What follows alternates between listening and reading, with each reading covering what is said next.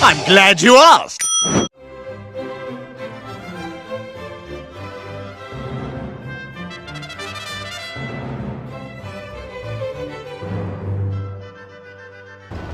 The Churchill gun carrier is a tier 6 British tank destroyer and is proof that God is real and he loves us.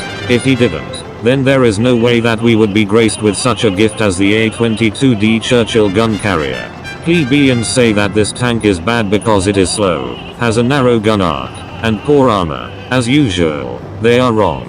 The armor is made of impervious British steel as always, and the gun arc is unimportant, because you have amazing gun elevation and depression angles, on par with the Stura Emil. You are slow, but that is unimportant because speed does not matter when you are the best sniper in the game.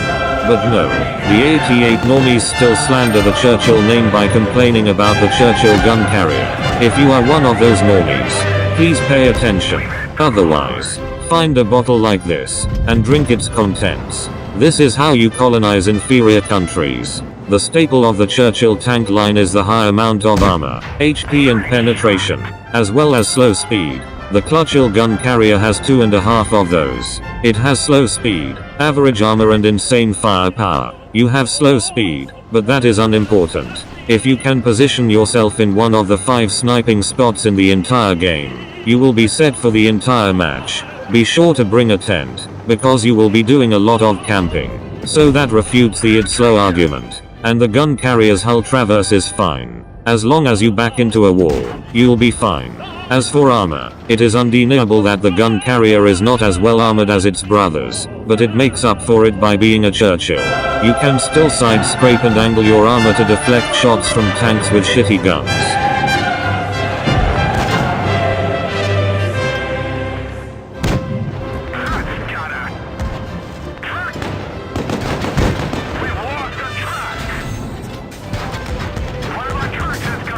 However, it is generally advised to not get shot at. You sit at the back of the map and snipe. However, if you cannot do that, then getting into medium range a safe distance behind your allies is also a viable option.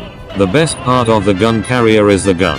When you first get this tank, you will have to grind through 2 awful 75mm guns.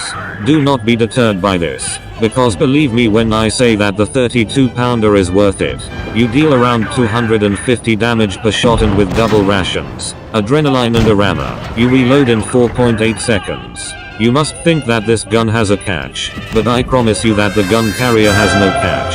You have incredible accuracy that allows you to colonize every tank you meet with penetration greater than the might of the British Empire. You don't need to worry about aiming at weak spots, and I don't have to tell you what the penetration values are, because this tank can pen everything.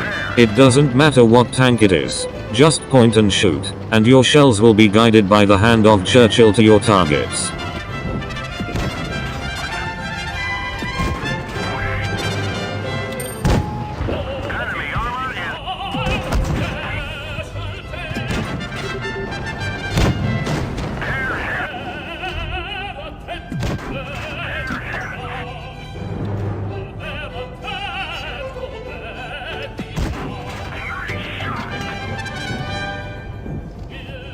You don't need to aim much at all because you have a small aiming circle and a very quick aiming time.